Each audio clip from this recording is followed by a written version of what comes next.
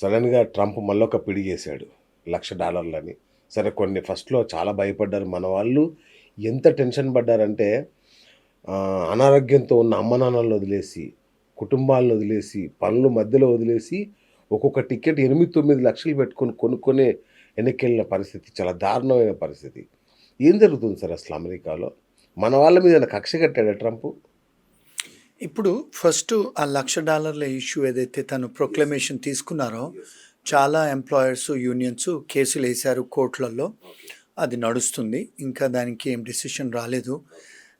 మనం ఒకవేళ చూసుకుంటే గతంలో కూడా ట్రంప్ గారు అంతకుముందు ప్రెసిడెంట్ అయినప్పుడు చాలా ప్రొక్లమేషన్స్, చాలా ఎగ్జిక్యూటివ్ ఆర్డర్స్తో వచ్చారు. సో చాలా కేసులు వారి అడ్మినిస్ట్రేషన్ మీద వేశారు. అంటే ఎంప్లాయర్సే కానీ లేకపోతే సోషల్ ఆర్గనైజేషన్స్ ఏదన్నా ఇమిగ్రెంట్ సంఘాలు చేసినప్పుడు చాలా వాటికి కొట్టేశారు వారి ఎగ్జిక్యూటివ్ ఆర్డర్స్ని, అంటే చెల్లనేరదని. సో ఇది మామూలే యాక్చువల్గా చూసుకుంటే. కానీ సెన్సేషనల్గా ఆయన ఓవర్ నైట్లో డెసిషన్ తీసుకుంటారు.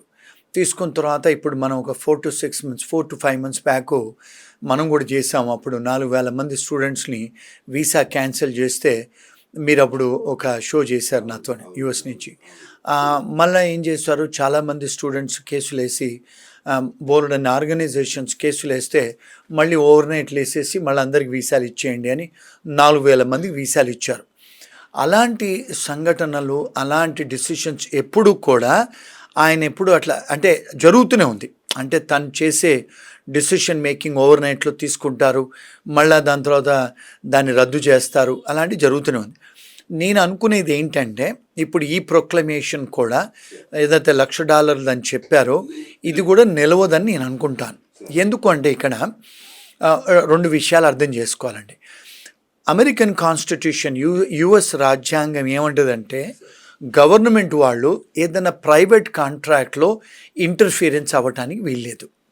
అంటే ఏమిటి, ఇప్పుడు చాలా టెక్నాలజీ కంపెనీసు కాంట్రాక్ట్స్ ఎంటర్ అవుతాయి. అంటే ఇప్పుడు ఫర్ ఎగ్జాంపుల్ చిన్న కంపెనీస్ ఏదైతే ఐటీ కంపెనీస్ మన దేశీ కంపెనీస్ ఉన్నాయో వాళ్ళు ఒక యాప్ డెవలప్మెంట్ చేయడానికి వాళ్ళు ఏం చేస్తారు, కాంట్రాక్ట్స్ ఎంటర్ అవుతారు.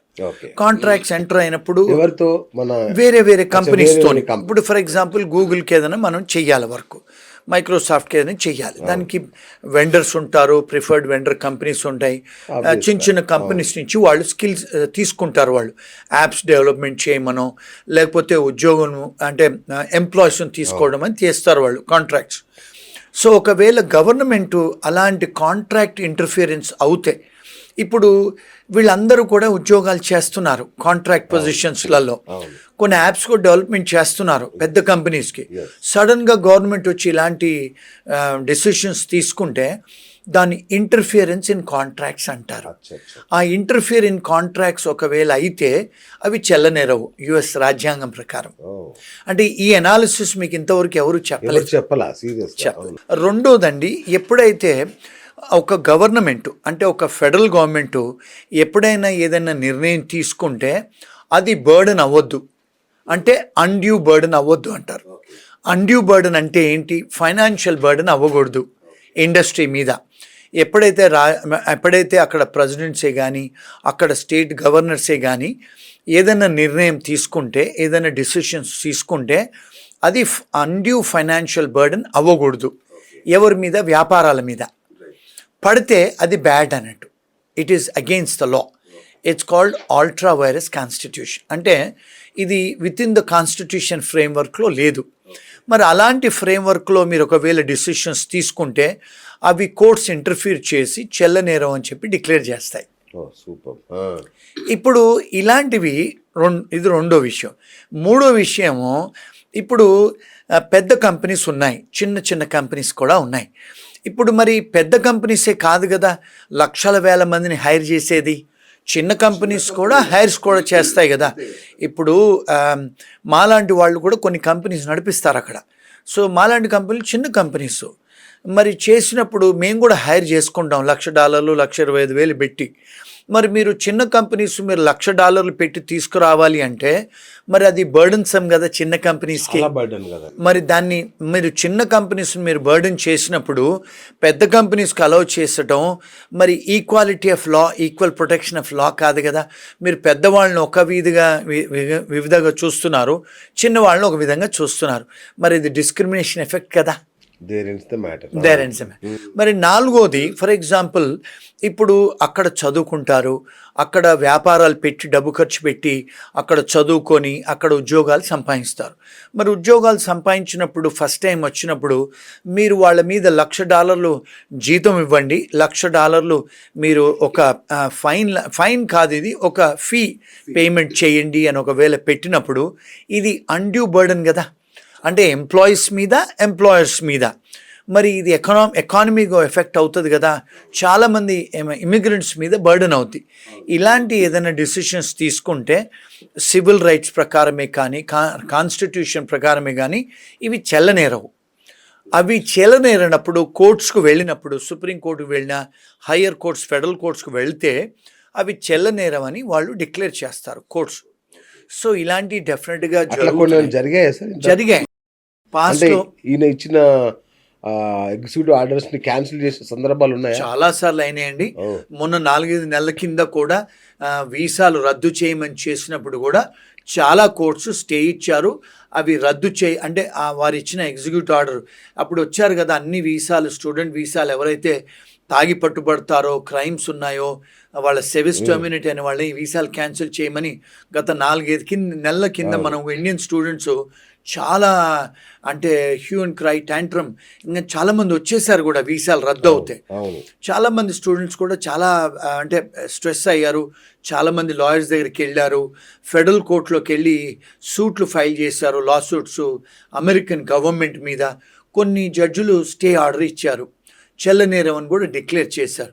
ఇలాంటివి తరచుగా జరుగుతుంటాయి అమెరికాలో, ఎందుకంటే రూల్ ఆఫ్ లా అనేది ఉంది, ఎందుకంటే అవి చెల్లనేరవు కూడా. అంటే ఇది నా analysis. Sir as on today sir నాకు ఇంకొకటి క్లారిటీ ఇవ్వండి.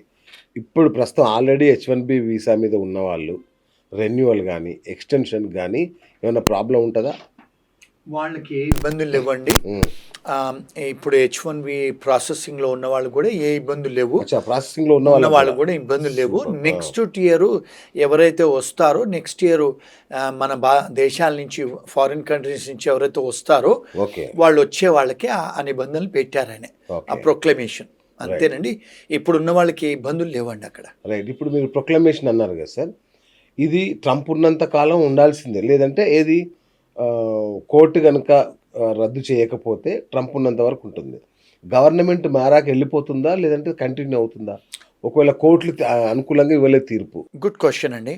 ఇప్పుడు మన దేశంలో కూడా ప్రైమ్ మినిస్టర్లు, చీఫ్ మినిస్టర్లు వచ్చినప్పుడు కొన్ని డెసిషన్స్ తీసుకుంటారు. ఫర్ ఎగ్జాంపుల్ ఇప్పుడు మనం ఆంధ్ర గవర్నమెంట్లో జగన్ గారు ఉన్నప్పుడు కొన్ని డెసిషన్ తీసుకున్నారు. ఏమని? అన్న క్యాంటీన్స్ అని క్లోజ్ చేయాలని. మరి వారు వెళ్ళిన తర్వాత మళ్ళీ చంద్రబాబు నాయుడు గారు వచ్చిన తర్వాత మళ్ళీ ఓపెన్ చేశారు కదండి. అదేవిధంగా ఎప్పుడైతే గవర్నమెంట్ మారుతుందో, గవర్నమెంట్ పాలసీస్ మారుతాయి, డెసిషన్స్ మారుతాయి, వాళ్ళు అవి ఓవర్ రూల్ చేసి మళ్ళీ కొత్త ప్రొక్లమేషన్స్, కొత్త ఎగ్జిక్యూటివ్ ఆర్డర్స్తో వస్తాయి. ఇప్పుడు అమెరికాలో చూస్తే బైడెన్ గారు చేసిన డెసిషన్స్ అన్నీ రద్దు చేసి అవన్నీ ఓవర్టర్న్ చేసి కొత్త ప్రొక్లమేషన్స్తోని, కొత్త ఎగ్జిక్యూటివ్ ఆర్డర్స్తోని ట్రంప్ గారు వస్తున్నారు. అంటే ప్రతి గవర్నమెంట్ మారినప్పుడు, వాళ్ళ అడ్మినిస్ట్రేషన్ మారినప్పుడు పాలసీస్ చేంజ్ అవుతాయండి. వారు ఉన్నంతసేపు ఉండొచ్చు ఇది. Okay, right sir. National interest exemption అని ఇంకొకటి చెప్పారు. సో ఏంటి అది? ఓన్లీ నోబెల్ లారెట్స్కేనా, లేదంటే పెద్ద పెద్ద కంపెనీల వాళ్ళకేనా, అందరికీ వర్తిస్తుందా? అది ఇది ఇంట్రెస్టింగ్ క్వశ్చన్ అడిగారండి. నేషనల్ ఇంట్రెస్ట్ వేవర్ అంటారు దాన్ని. నేషనల్ ఇంట్రెస్ట్ వేవర్ అంటే ఏమిటి అంటే, అమెరికా గవర్నమెంట్కి మీరు ఒకవేళ పనికి వచ్చేవాళ్ళు అవుతే, అంటే నోబెల్ లారెట్సే కాదు, ఎవరైతే వరల్డ్ ఫేమస్ సింగర్స్ ఉంటారో, వరల్డ్ ఫేమస్ ఆర్టిస్టులు ఉంటారో, వరల్డ్ ఫేమస్ స్పోర్ట్స్మెన్ ఉంటారో, ఆర్టిస్టులే కానీ లేకపోతే సైంటిస్టులే కానీ, ప్రపంచవ్యాప్తంగా కొన్ని ఇప్పుడు ఫర్ ఎగ్జాంపుల్ ఆర్టిఫిషియల్ ఇంటెలిజెన్స్లో మన దగ్గర కూడా కొన్ని ఇన్వెన్షన్స్ చేశారు. అలాంటి వాళ్లకు వాళ్ళు ఏం చేస్తారంటే ఇప్పుడు మీరు మా దేశానికి ఇప్పుడు ఫర్ ఎగ్జాంపుల్ ఏదైనా మీరు కోవిడ్ కనుక్కుంటారు, మీరు కొన్ని క్యాన్సర్ డ్రగ్స్ కనుక్కుంటారు.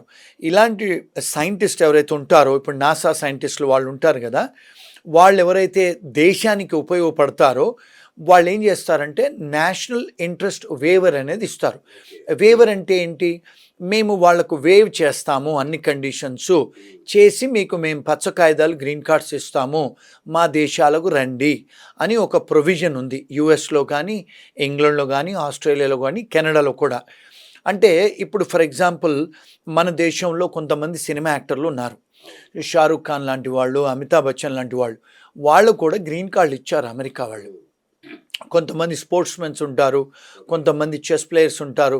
అలాంటి వాళ్ళు వరల్డ్ ఫేమస్ ఎవరున్నా కూడా ఇప్పుడు పద్మవిభూషణ్ అలాంటి వాళ్ళకు కూడా పిహెచ్డీలు చేసి కొన్నిసార్లు పోస్ట్ డాక్టరేట్ చేసి సైంటిస్టులు కూడా అప్లికేషన్ పెట్టొచ్చు. మా ఫర్మ్ నుంచి మేము అలాంటి వాళ్ళకు చాలామందికి ప్రాసెస్ చేశాము, ఇప్పించిన సంఘటనలు కూడా ఉన్నాయి. సో అది న్యాచురల్ కండిషన్స్లో, ఇది కాలమిటీ, నేషనల్ కాలమిటీ కదా ట్రంప్ అనే ఆయన. ఇప్పుడు నేషనల్ ఇంట్రెస్ట్ వేవర్ కింద వారు ఏమన్నారంటే doctors scientist case to case మేము డిసైడ్ చేస్తామని చెప్పారు. అది రెగ్యులేషన్స్ ఏం మార్చలేదు. సో డెఫినెట్గా ఎవరన్నా ఇంటర్నేషనల్ ఎక్లెయిమ్, నేషనల్ ఎక్లెయిమ్ అంటే ఇప్పుడు వరల్డ్ ఫేమస్ వాళ్ళు, నేషనల్ లెవెల్లో ఫేమస్ వాళ్ళు అప్లికేషన్స్ పెట్టుకుంటే అమెరికా వాళ్ళు గ్రీన్ కార్డ్స్ ఇస్తారు. అమెరికా కాదు, ఈవెన్ ఇంగ్లాండ్, కెనడా, ఆస్ట్రేలియా వాళ్ళు కూడా నేషనల్ ఇంట్రెస్ట్ వేవర్ అనేది ఉంది. ఏ కంట్రీకైనా పెట్టుకోవచ్చు, వస్తాయి కూడా.